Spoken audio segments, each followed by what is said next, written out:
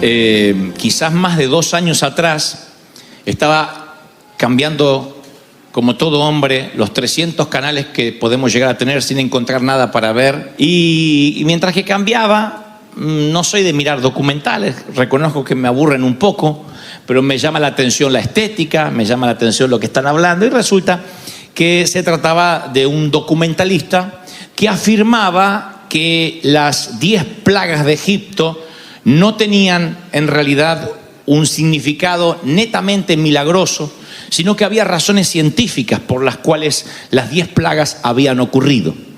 Lo que intentaba el documental, creo, si no me equivoco, era, número 1, demistificar lo que había ocurrido en Egipto, y número 2, negar que Dios estaba detrás de los incidentes.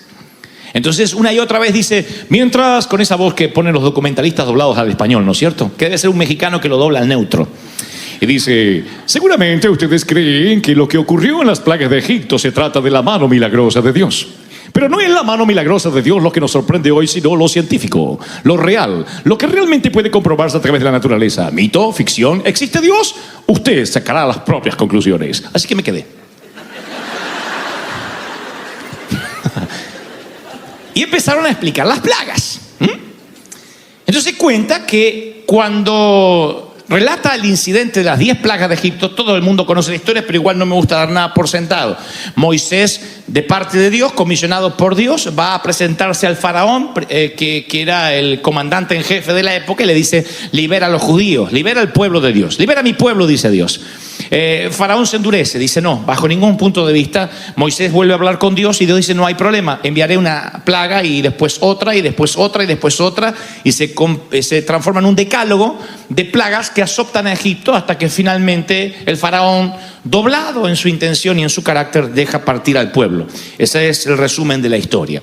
Ahora, miles de años después, hay un documental en Discovery Channel donde explican de que quizás Dios no estaba detrás de las plagas, sino que simplemente era un evento meteorológico. Y empieza a explicarlo de la siguiente forma. Yo tomo nota porque me llama la atención. Y de hecho creo que así fue. Para ese entonces, cuando comienza la serie de plagas, hay que tener en cuenta la explosión de un volcán, el Santorini, que está comprobado, científicamente comprobado, que en los tiempos de Egipto, donde vivía Moisés, a 800 kilómetros de allí, ese volcán comienza a tener una erupción, explota, y entonces se produce un terremoto que rompe las bolsas de aire subterráneas. Esto ocurre, no ha ocurrido aquella vez solamente, sino que siguió ocurriendo en el mundo. Y cuando ese gas subterráneo, causado por un volcán, que tiene un alto contenido en hierro, se rompe, el agua sale al exterior con un color rojizo. Al mezclarse con el agua, esas bolsas de aire llenas de hierro transforman el Nilo en lo que se ve un río de sangre. Cuando yo leía las escrituras, sin tener esta explicación científica, pensé que literalmente se había transformado en una sangre RH negativo, o que tal vez era espeso, que como si literalmente muchas personas hubiesen muerto allí. Pero la Biblia dice que el río se transformó en sangre, y cada vez que la palabra habla, como yo siempre digo, como en Apocalipsis, siempre suele utilizar metáforas. Así que sigo mirando el documental del Discovery y dice que el río Nilo se transforma en sangre porque se vuelve rojizo. Eso hace que la gente, los seres vivos que están allí mueran inmediatamente porque pierde el oxígeno, el agua. Claro, los peces se mueren, pero las ranas pueden estar dentro y fuera del agua. Así que cientos de miles de ranas, y esta es la segunda plaga, salen al exterior porque tienen que huir de las aguas contaminadas. Además, ellas encuentran abundante comida en el exterior, y entonces ya tenemos el río convertido en sangre y las ranas afuera. Cuando hay agua contaminada y por consecuencia estancada, y un montón de peces muertos, pescados que no son pescados, son peces muertos, no fueron pescados por nadie, pero empiezan a flotar. Eso hace que sea un caldo de cultivo para que los mosquitos aniden y se multipliquen con rapidez. De allí la tercera plaga. Cuando hay un montón de mosquitos y sin agua limpia y aguas contaminadas, el ganado empieza a morir. Aquí es la siguiente plaga. Cuando el ganado está muerto y esos cuerpos pútridos empiezan obviamente a descomponerse, más las aguas contaminadas, se desarrolla peste. no hay antibióticos en Egipto y de allí las úlceras, los granos en la gente. Las cenizas arrastradas por el aire junto con gases tóxicos y el agua de la atmósfera caen juntos formando pequeños meteoritos humeantes. A la vez que esto trajo ese gas tóxico, llega a cierto punto de la atmósfera y se entremezcla con la humedad y caen como si fueran hielo y fuego a la vez. Esa es la otra plaga. Tiene que ver con la explicación científica. El hombre seguía diciendo, ¿realidad o ficción? Pero espere que le cuente más. Y yo sigo anotando. El cambio de clima, las heladas de Egipto atraen a las langostas, que solo vienen cuando hay un cambio de clima y arrasan con los sembradíos. Las cenizas volcánicas crearon nubes que tapan la luz del sol, y esa es la plaga de las tinieblas. Lo único que quedaría por explicar es la 10ª plaga, que es la muerte de los primogénitos. Solo los hijos mayores de los egipcios murieron, y dicen, ¿sería esto la única forma de pensar en un abracadabra milagroso? Porque es lo único que los científicos no le encontraban explicación, pero luego descubren que todos los hijos primogénitos dormían en las plantas bajas de las casas. Era el privilegio que se le daba a los hijos primogénitos. Todo el resto tenía que dormir en las plantas altas. Esto no ocurría entre Israel, solamente los egipcios. Y como dormían en la planta baja, a causa de lo que había ocasionado el volcán, se levantó por las cenizas el dióxido de carbono que acabó con ellos, porque estaban más cerca del suelo. Así que en una noche el dióxido de carbono llega, como quien se olvida la estufa encendida o el gas abierto, y termina con todos los que dormían en la planta baja, que era la muerte de los primogénitos. Ahora, cuando termina el documental, dice una vez más el documentalista que saquemos las propias conclusiones, si Dios estaba en esto o no. Y yo terminé de ver el documental y alabé a Dios más que nunca, porque por fin le encuentro una explicación a lo que Dios hizo. Porque digo, claro, entiendo más esto, que Dios use su propia física, su propia química, su propia naturaleza para hacer las cosas. Él sabe cómo combinar los elementos para cumplir sus designios. Él sabe cómo hacer para que ocurran las cosas. Me gustó más entender esto con la mente que decir, y bueno, se transformó en sangre porque sí, porque Dios es poderoso, amén. Y ahí es cuando hay gente que dice, pero explícamelo, ¿cómo un río se va a transformar en sangre? ¿Cómo van a venir mosquitos de golpe? ¿Por qué se murieron los primogénitos? Hay de los que al conocer más cómo Dios hace sus trucos, creen que Dios no es Dios. Pero hay de los que al descubrir cómo Dios se mueve, creemos más en Dios que nunca. Ese es mi Dios, ese es nuestro Dios, ese es nuestro Señor. ¿Están conmigo, sí o no?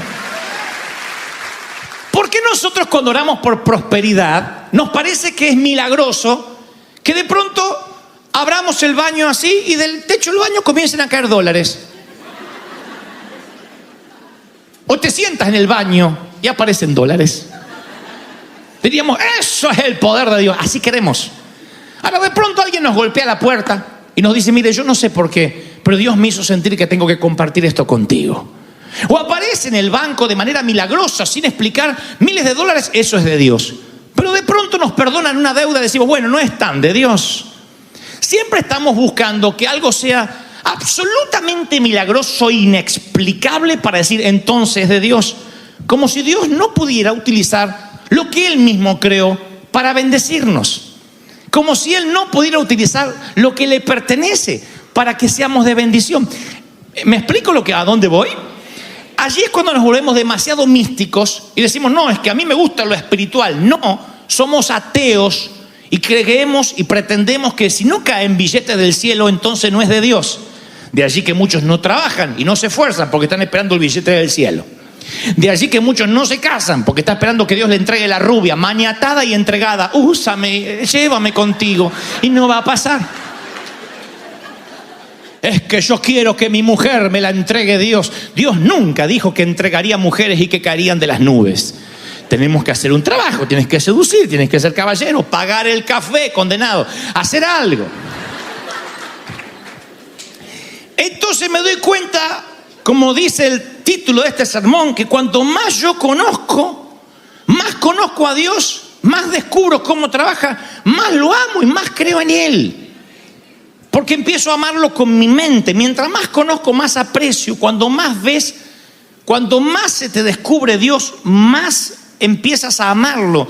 Yo creo que los astrónomos observan el cielo y aprecian las constelaciones y no se dejan de sorprender Cuando el experto en genética hace un mapa del genoma humano, aprecia cada célula del ADN, dice, esto no lo pudo haber hecho una computadora. Cómo funciona el cerebro, cómo funciona el nervio óptico, cómo se conecta tu corteza cerebral con los ojos, de modo que lo que estás viendo se transmite al cerebro y nos da la pauta de lo que estamos mirando. Eso simplemente tiene que terminar en una persona que empieza a investigar y le termina dando la gloria a Dios. No hay otra forma. Cuando el Discovery explica cómo bien pudieron haber ocurrido las plagas, pudo haber sido o no, a mí me fascinó. Dije, sí, Dios creó el mundo y hizo, tocó el volcán. Y con tocar el volcán, sabiendo Dios que este faraón era un cabezón que se iba a endurecer y endurecer y endurecer, dijo, con que toque este volcán se producen 10 plagas por efecto dominó. Y desde la explosión del volcán hasta la muerte de los primogénitos, todo estaba en el dedo de Dios haciendo lo que él mismo había creado. Me fascinó. No hizo el documental que yo dejara de creer en Dios. Dije, claro, así Dios lo hizo. No desacredito al mago simplemente por ver cómo hizo el truco. Me parece fascinante. Me parece fascinante que digas, Dios sanó mi cáncer de la noche a la mañana mientras dormía o en una oración de altar.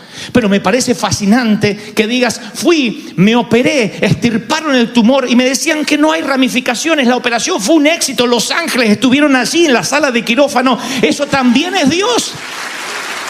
¿Están conmigo, sí o no? No estamos desacreditando a Dios. El oceanógrafo explora la gran barrera de coral y aprecia cada color, cada especie.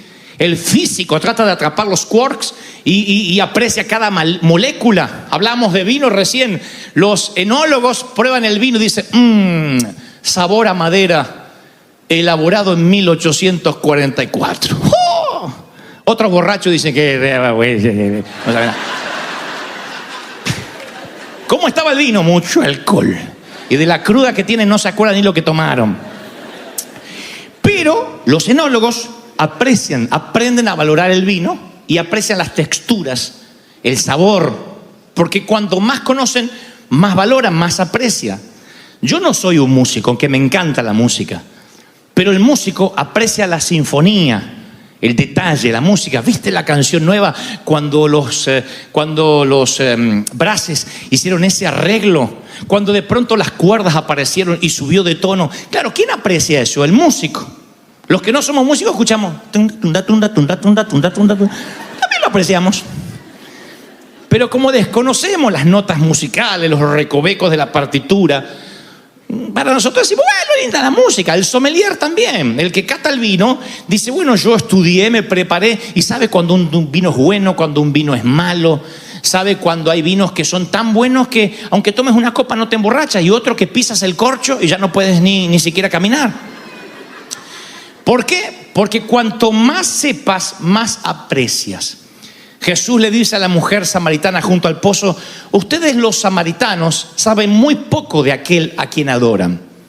Lo que le está diciendo es, cuando uno adora con ignorancia, la adoración está vacía. Él no quiere solo que le adoremos, sino que sepamos por qué le estamos adorando.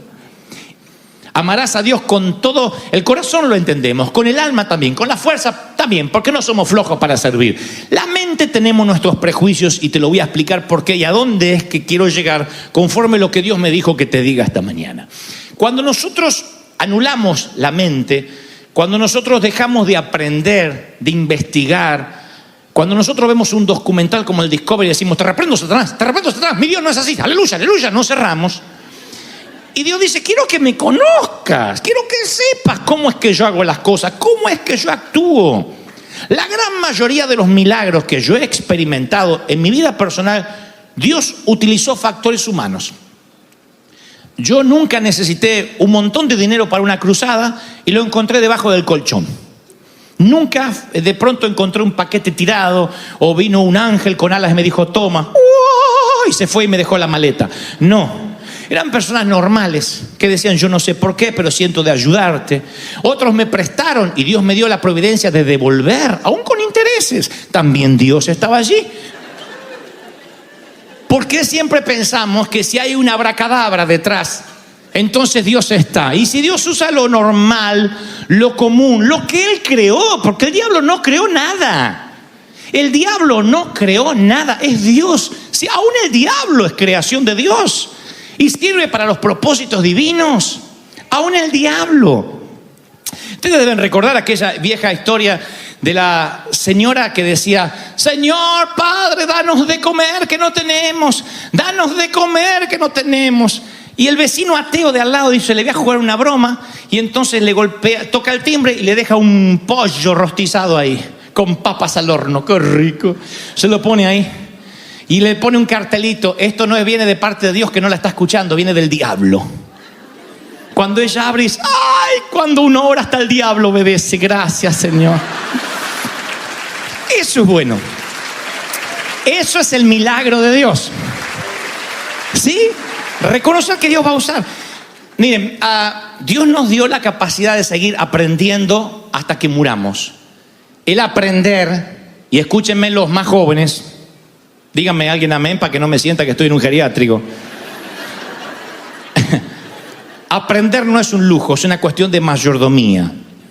Pero en algún lugar de la vida, puede pasarte a los 18 o a los 50, dejas de ampliar la mente y comienzas a vivir de recuerdos. Ese es el principio de la vejez.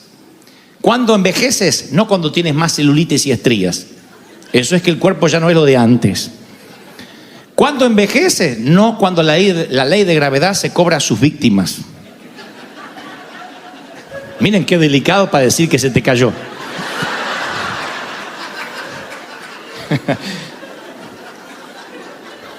Dígame si no soy un señorito. ¿Saben cuándo envejeces? Cuando empiezas a vivir de recuerdos. Cuando todo lo bueno de la vida te pasó ayer y no mañana. Cuando dices: qué feliz que era, qué lindo cuando estudié, qué lindo cuando me casé, qué lindo cuando tuve un hijo. Cuando todo está atrás, cuando vives mirando un álbum de fotografías con nostalgia, entonces empiezas a envejecer. Cuando tú todavía tienes esperanza y miras para adelante, te mantienes joven, porque la mente se sigue ampliando y rara vez una mente que se amplíe regresa a su tamaño original. La mente es como un músculo que se va ampliando. Yo creo en el open mind y no lo relaciono con el libertinaje, lo relaciono con alguien que está abierto a la creatividad de Dios, a lo que Dios todavía puede hacer, porque Dios no dejó de crear en el sexto día. Dios sigue creando. Pero cuando uno cierra la mente, ese día deja de vivir y comienza a morir porque deja de aprender. Hay algo que se llama el síndrome del desuso. Si dejas de usar cualquier parte de tu cuerpo, incluso la mente, se atrofia. Y yo no he visto mentes tan atrofiadas como dentro de la iglesia cristiana. He recorrido el mundo y las mentes más atrofiadas están dentro de la iglesia. No estoy hablando de ignorancia por falta de capacidad académica. Universitarios conocí con mente atrofiada. No hablo de capacidad de estudio, hablo de mente que en desuso se atrofiaron, que empiezan a pelear por tonterías, por idioteces, que si lo razonaran un poco como Dios manda razonar. Salomón pide sabiduría. Si usar la mente fuera un pecado, Salomón no habría pedido sabiduría. Si la mente fuera un problema, el Señor no diría: me amarás con toda tu mente. Pero nosotros nos atrofiamos cuando dejamos de pensar. Recuerdan que yo un día les conté que se me ocurre subir una foto de un arbolito navideño en las redes sociales. Me liquidaron de un montón de iglesias que ese árbol satánico, diabólico, va a arrastrar al infierno. Un puertorriqueño me dijo: ¿sabe cuál es el problema? Esas bolas son las bolas del diablo, me dijo. Me robó la inocencia, no pude ver el árbol. Ahora miro el árbol y digo: ¡Sotona! O me dan ganas de pateárselas, ¿no? Y digo: le rompí las bolas al diablo. Yo digo, claro, y cuando me escribe eso alguien, yo voy a su perfil. Digo: debe ser pobrecito, un iletrado, universitario, apóstol distinguido, el doctor en divinidades, con la mente atrofiada. Y no estoy defendiendo el arbolito o no. Lo que estoy defendiendo es cómo alguien inteligente va a reducir una grieta, me va a poner a mí en la vereda del infierno porque hay un arbolito en mi casa. ¿Ves? O sea, a eso me refiero. Cómo la mente puede entrar en desuso de modo tal que repetimos como logros Y no razonamos. Mi interés no es producir una iglesia de loros que repitan lo que dijo el apóstol, lo que dijo el pastor, diga que está a tu lado, volteate a tu lado, Dios le bendiga, Dios le bendiga, Dios le bendiga, dijo el apóstol. Porque en la semana nadie te va a hacer repetir nada, yo no estoy. Y a mí mi maestra de la escuela primaria me decía, si ustedes no lo entienden y no lo razonan, algún día yo no voy a estar. Razone, Gebel, no repita de memoria. Preposiciones, Gebel. Ante, bajo, cabe, con, contra, desde, tras, hasta, para, por, según, sin, sobre, tras. ¿Dónde se usan estas palabras? No tengo la menor idea. Razone. Y no sé por qué tenemos tantas inseguridades los ministros que no queremos que las ovejas razonen. No queremos que piensen. De allí el síndrome en desuso. Yo leía las encuestas que el graduado promedio de la universidad lee un libro al año. Un libro al año. El graduado que se recibe, si acaso lee un libro al año. Y mi pregunta es, ¿para qué gastar tanto dinero en la universidad si después vas a dejar de aprender cuando te gradúes? ¿Por qué hay gente que deja de leer? Porque ya se recibió y cree que no tiene que aprender más. Educación deriva de dos palabras que significan sacar hacia afuera. Fíjense qué diferente a lo que pensamos que educación es amontonar adentro. Sacar hacia afuera es, educar significa despertar tu curiosidad. Decir que tiene que haber más, quiero aprender más, despertar la curiosidad. A mí me gusta hacer como los chicos. Cuando me encuentro con una mente atrofiada por el legalismo, le pregunto, ¿por qué? Porque sí. ¿Pero por qué? Porque las cosas de Dios no se razonan. No. ¿Por qué estás defendiendo a capa y espada algo que no te pusiste a razonar? ¿Por qué? Porque las críticas siempre son ¿por qué no hace llamado al altar? ¿Por qué no tienen seguimiento? ¿Por qué no tienen células? ¿Por qué? Yo le digo, ¿y por qué hay que tenerlas? No digo que esté mal, digo ¿por qué? Si a mí me da una explicación racional, entonces satisface mi mente. Ahora, yo creo que hay cosas que se aceptan por fe. La creemos. El diezmo, la obediencia, la mayordomía, son cosas que operan por fe. Hasta ahí estamos de acuerdo. Pero después hay cosas que hay que razonar. Pablo dice que el pecado es un tema de conciencia, básicamente. Él tiene una crisis allí, porque de pronto dice, hay que comer carne sacrificada a los ídolos. Había carniceros que sacrificaban esas carnes a ídolos paganos. Y después que sacrificaban, oraban, o sea, en vez de como tú oras por los alimentos, ellos le decían al Baal o a quien sea, que bendiga la bola de lomo esa que se iban a comer. Bendice este taco, Baal. Y antes de comerlo, lo llevaban a la mesa. Allí la discusión, yo no voy a comer comida que ha sido dedicada a otros dioses. ¿Qué hacemos? Y Pablo tiene una idea genial. Dice, hacemos una cosa. Si comer carne sacrificada a los ídolos no te produce nada, dice, yo la bendigo. Es como cuando a mí me han dado dinero y dice, hermano, este dinero es para usted. Yo lo bendigo y lo uso para el reino. Yo no estoy controlando si pagas el IRS, si el número del Social Security es uno que te inventaste en una madrugada. ¿Se entendió la metáfora? Bueno, bendecimos y se utiliza. Pablo dice, si comer carne sacrificada a los ídolos te trae un problema de conciencia, que dice estoy en pecado, no comas. Porque eso va a cerrar el grifo a lo que Dios tenga para darte. Hay hermanas que dicen, hermano pastor, yo fui a una iglesia y no usaban mantilla. ¿Vieron el tul que se ponen las damas en algunas iglesias sobre el cabello? Y hay hermanas que si se olvidan la mantilla no entran a la iglesia porque se sienten en pecado.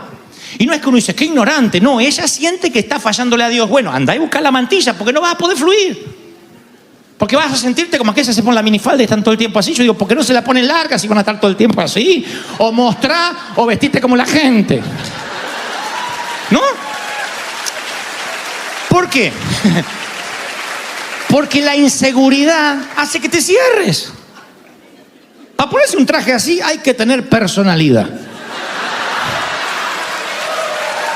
Si yo voy a estar, no me miren a mí, miren al Señor, no me miren a mí. Ay, no, es que no tenía otro color. No, poner vestita de negro, condenado.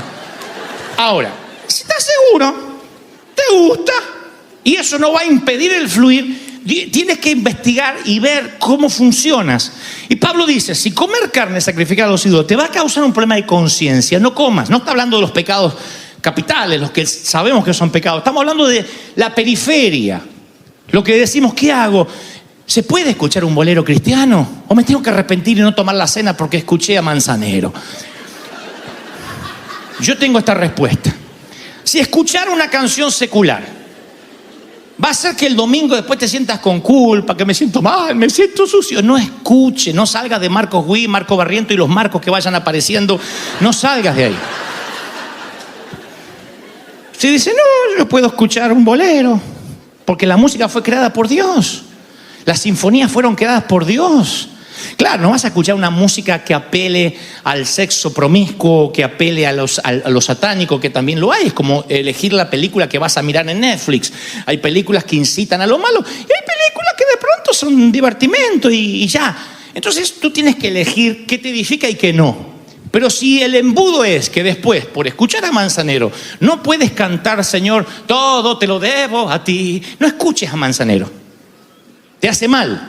¿Me explico lo que trato de decir? Ahora, si puedes ampliar la mente, y esto no es ampliarla en tema de pecado, si puedes decir, yo sé lo que me edifica y lo que no, yo sé lo que glorifica a Dios y lo que no lo glorifica, así es cuando tu mente se empieza a abrir, Dios empieza a ensanchar el sitio de tus estacas, porque se te despierta la curiosidad. Hay algo que no me deja dormir a mí, es la cantidad de formas y maneras que debemos todavía tener y no descubrimos de cómo predicar el Evangelio de Cristo, sin cambiar la esencia. Yo soy un predicador muy tradicional, soy un predicador de las mismas cosas viejas, solamente que lo predico de una manera nueva, pero no cambio la esencia. Dios es el mismo ayer, hoy y por los siglos, pero siempre es mejor encontrar un defecto en la nueva manera de hacer las cosas que hacer una autocrítica en las viejas maneras de hacer las cosas y preferimos no cambiarlas. Mi pastor alemán, no el perro, un pastor que nació en Alemania, él decía, yo conté varias veces esto, él decía, la guitarra eléctrica y la batería son del demonio. Y lo predicaba, y no era un ignorante, teólogo el tipo. Tenía problemas en el idioma, porque él venía de su Alemania natal y muchas veces decía, Dios vino a traer vida en ambulancia. Él era así. Pero era inteligente, sabio. Y él decía, la batería, esto es todo del demonio. El violín y el acordeón son de Dios, que eran los instrumentos que él tocaba. Partió con el Señor y dijo, como Dios tiene tan buen humor, yo estoy seguro que lo recibió una banda de rock allá arriba. Partió, ¿no? Pero yo un día le dije, juntamos valor los muchachos, ¿no? Los adolescentes, le dijimos, Pastor Blenich, ¿por qué usted dice que, ¿dónde está en la Biblia? Fue la pregunta, ¿dónde está en la Biblia que es pecado la guitarra eléctrica? Y esta fue la respuesta magnífica hasta el día de hoy, una respuesta para encuadrar que grafica lo que trato de decir de una mente atrofiada en un cerebro académico. Dijo, no está en la Biblia, pero debería estar. Punto. ¿Ustedes creen que cambió? Siguió manteniendo, esto es lo que le gusta a Dios, porque si me gusta a mí, le gusta a Dios. Si no me gusta a mí, no le gusta a Dios. Y así es cuando nos confundimos. Aclaro, esto no es un mensaje para jovencitos en contra de los viejos. Todos, desde que nacemos hasta la tumba, desde el útero al sepulcro, vamos envejeciendo. Tú no eres el mismo a los 10 años que a los 5, a los 15 que a los 10, a los 40 que a los 30. La mente va cambiando. No quiero decir que se rumbra, pero cambia nuestro modo de pensar. Tenemos otra perspectiva, otra experiencia, y hay cosas que ya no nos van a gustar por un tema generacional. Yo hay música que no entiendo. Yo puedo escuchar Despacito 70 veces y no entiendo por qué es un éxito. No lo entiendo.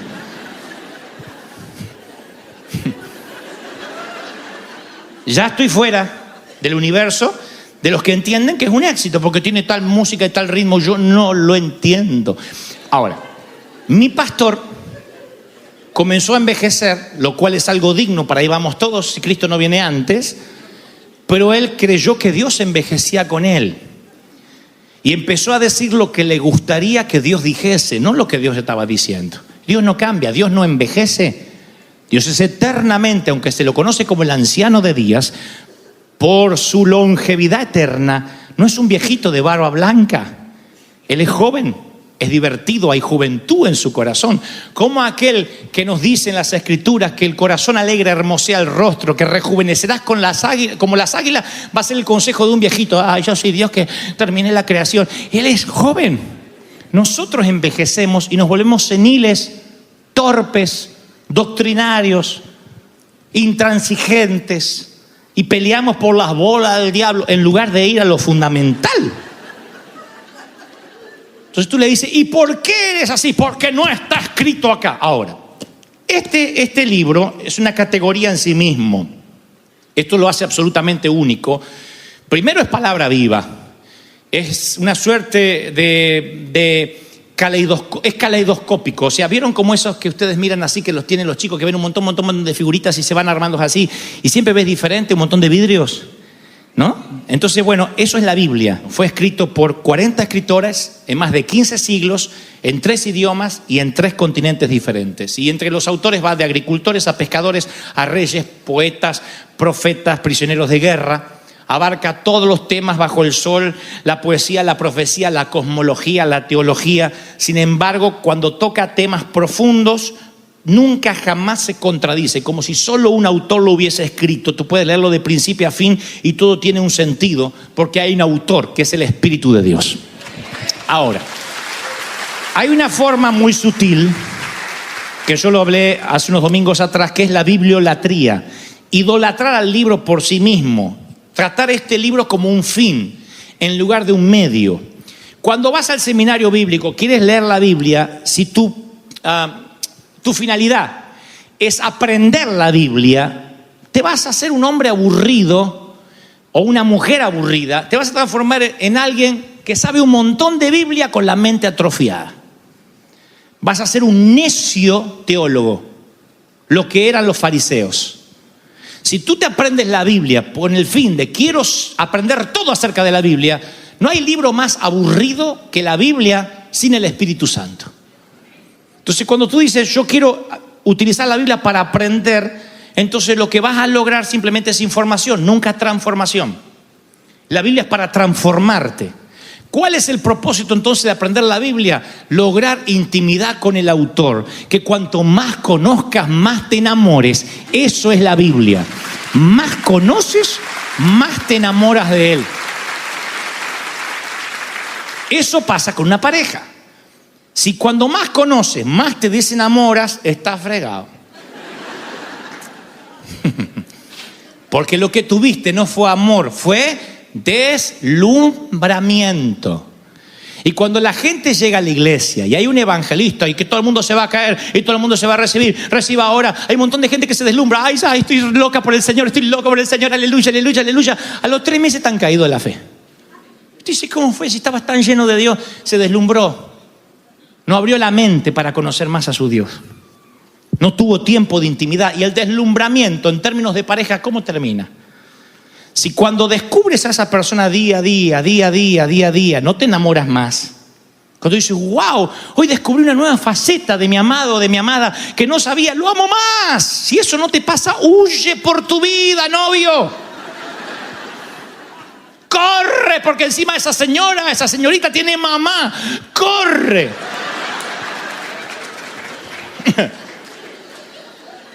Ahora, el canon de la Biblia está cerrado.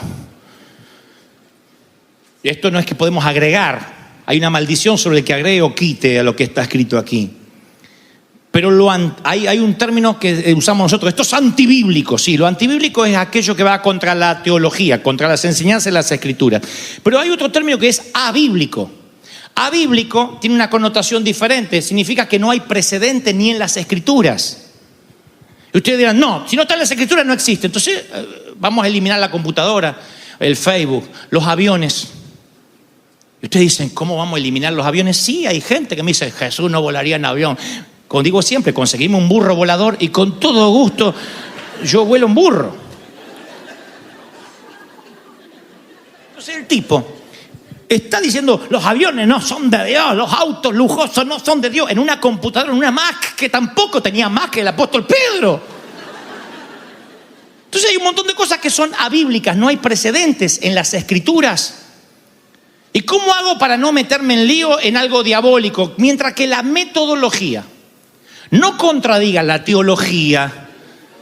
¿Cuál es el problema? Hay fascinantes, novedosas maneras de predicar el evangelio a través del cine, redactando nuevas leyes, escribiendo nuevos libros. ¿Por qué no lo hacemos? Porque Satanás sabe que si no puede detener tus fuerzas, ni tu alma ni tu corazón te detendrá la mente y te hará que no pienses. Yo provengo de la generación donde el estudiar era pecado. El querer ser locutor, actor, cualquier cosa que estuviera relacionada con el arte era pecado. Cuando somos hijos de un artista. Cuando me dicen, ¿qué oficio tienes, pastor? Le digo, no, artista, yo heredé el oficio del Padre. Yo soy artista como mi Padre. Artista. ¿Y por qué le tenemos miedo si Él es el creador? ¿Cuántos dicen, ese es mi Dios? Dios es espíritu y quienes les adoran deben hacer un espíritu y en verdad. Yo me atrevo a pensar que en muchas congregaciones hay gente que si uno detendría la adoración y le preguntaríamos, ¿por qué adoras? No sabrían por qué, no tendrían respuesta. Porque pensamos que lo espiritual y lo intelectual son excluyentes. Si estás pensando no puedes adorar y si adoras no puedes pensar. Y la mente y el alma no son enemigas, no hay una dicotomía, son aliadas. Un gran amor nace de un gran conocimiento. Más conocen a Dios. Yo vi el Discovery, lo del Discovery Channel de las plagas de Egipto y de verdad me pasé la tarde adorando a Dios. Eres genial, Señor. Si así fue, eres genial. Con un volcán lo volviste loco a todos. Me pareció una genialidad. Dije, sí, eso pudo haber pasado, sí. Y me enamoré más del Señor. Digo, wow, qué estratega que es Él. Qué increíble. Ese es nuestro Dios. No hizo que yo dejara de creer en Él. Por eso dije, el oceanógrafo, el arqueólogo, quien estudia el cosmos, yo creo que deben enamorarse cada vez más de Dios. Pero hay una animosidad en contra de crear, en contra de pensar. Y yo digo, si estás enamorado y siempre le dices a la persona que amas lo mismo, de la misma manera, es rutina. Te amo. También. Estás lindo, ¿eh? Ah, estás lindo también.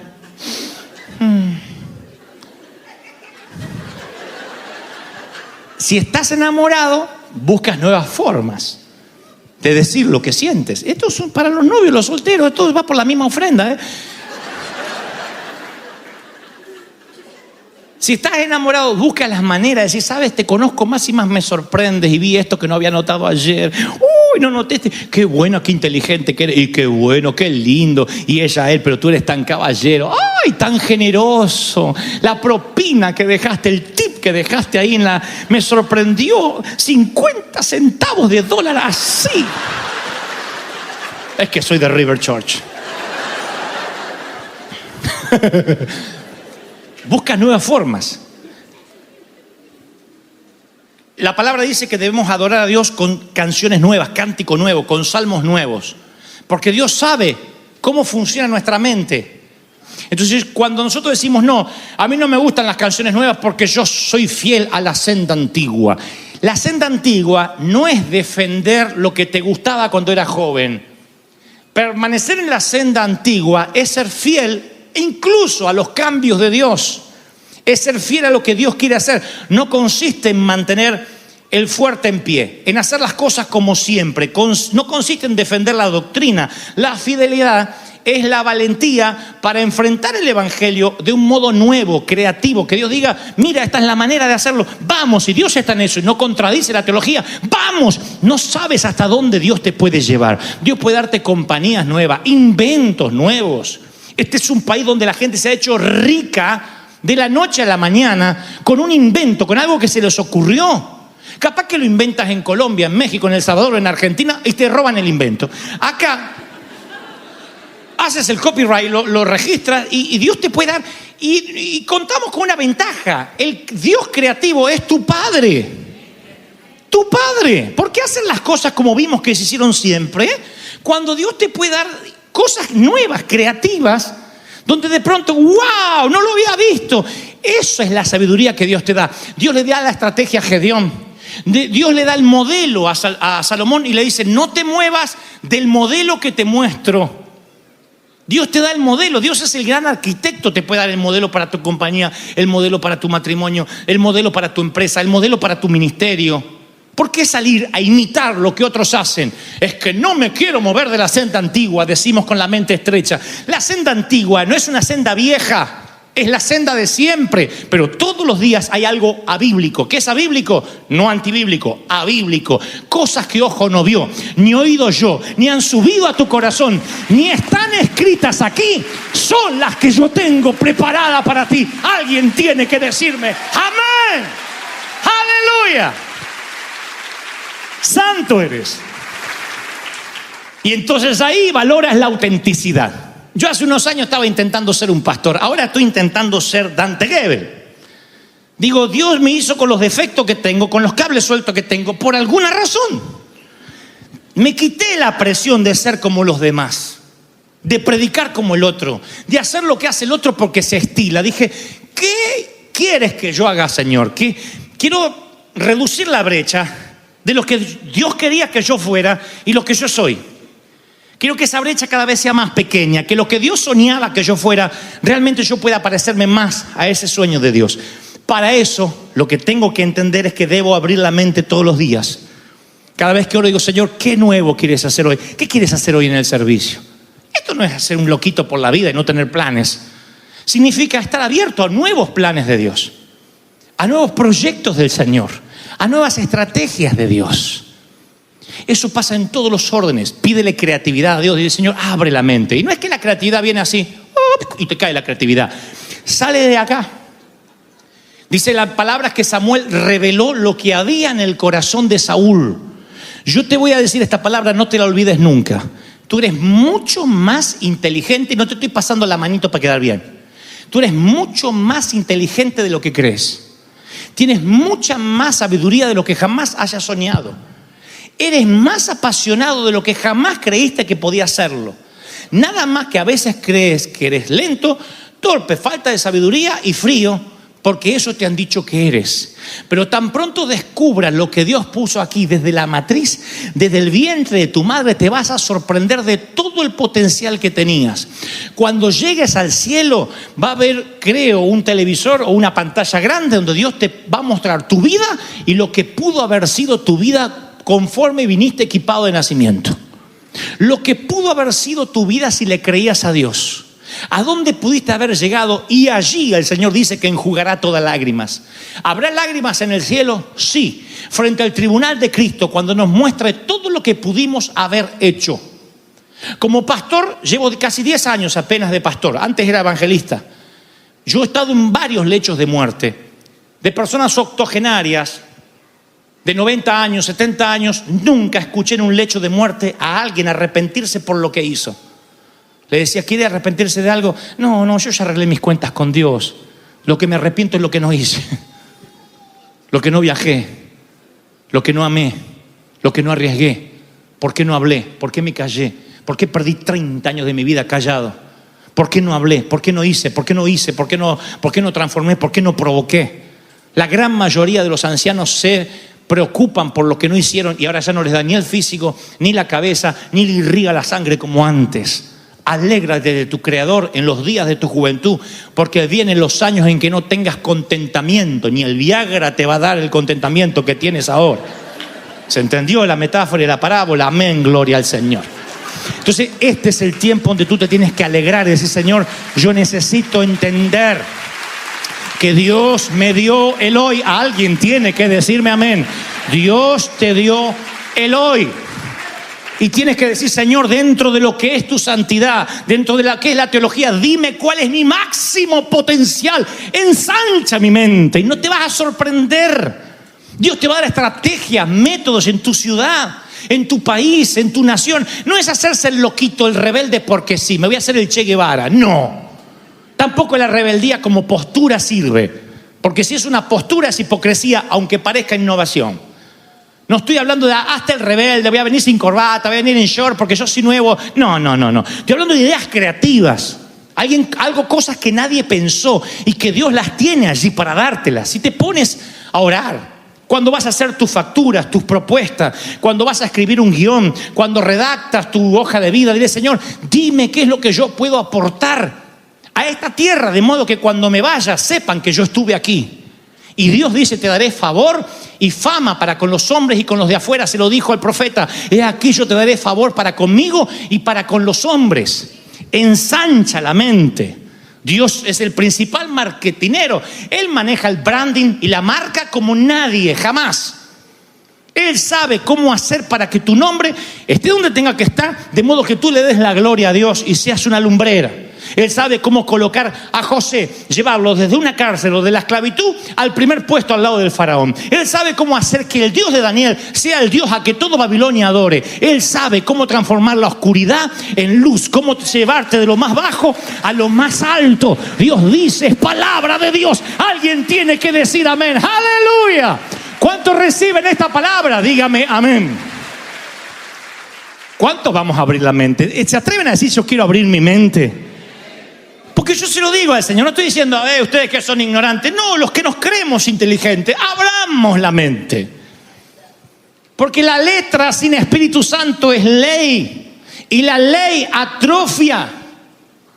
Hay que ser atrofiado, para estar dentro de una sinagoga predicando de un Mesías que algún día va a venir, y afuera entre la chusma, entrando en un burro, el Mesías, y no verlo. Imagino a algunos sugieres que salen de ahí: paren la chusma. ¿Y quién es ese en el burro? Sáquenlo de acá, que estamos esperando el Mesías. Hay que ser ignorante. El Mesías pasando por la puerta y ellos teniendo servicios puertas para adentro. ¿Creen que esto es la gráfica de la ignorancia? Espera que les muestre tantas iglesias que ahora están cantando y Cristo en la vereda. Mirando la hora y diciendo: uy, se pasó la hora, ya está, me tengo que ir. Tengo reservas en Macaroni. Hay que ser ignorante, ¿no? Para correr con la reserva de Macaroni y perderte lo que Dios te está hablando. Hay que ser necio y tener la mente atrofiada. Eso sí, no pongo bolas del diablo en mi arbolito. ¿Y de verdad se piensa que eso le va a preguntar el Señor en el cielo? ¿Tú ponías bolas del diablo? No, pasa. ¿De verdad? No, porque a lo mejor creen que de verdad le van a preguntar eso. Que tenían que cumplir una ley, un estatuto. El otro día, ya hace varios meses, estoy saliendo de un baño en un sitio público y alguien me dice: yo lo escucho a usted, pero a escondida, porque mi pastor no quiere que yo lo vea ni lo escuche. Está bien.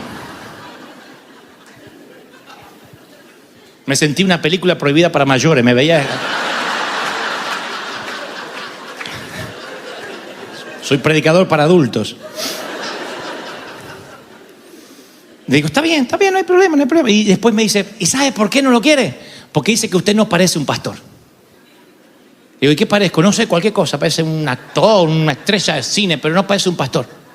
¿Y cómo es un pastor? Le digo al muchacho: ¿y cómo es un pastor? Como el mío. ¿Y cómo es el tuyo? ¿Qué sé yo? No se viste así, no sé, no anda así todo peinadito, me dice. Entonces hay que despeinarse. No, pero no sé, tonteras, me dijo, y no supo qué decirme. Entonces yo me di cuenta que toda la enseñanza en contra era: no parece. Como no parece, seguro no es. Aquel no parece, no debe ser. Mirá aquella cómo se viste, no parece, no es. Aquella parece, tiene pinta de loca, parece, debe ser.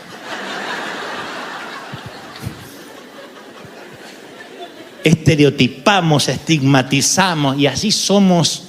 Y Dios dice: yo voy a usar lo que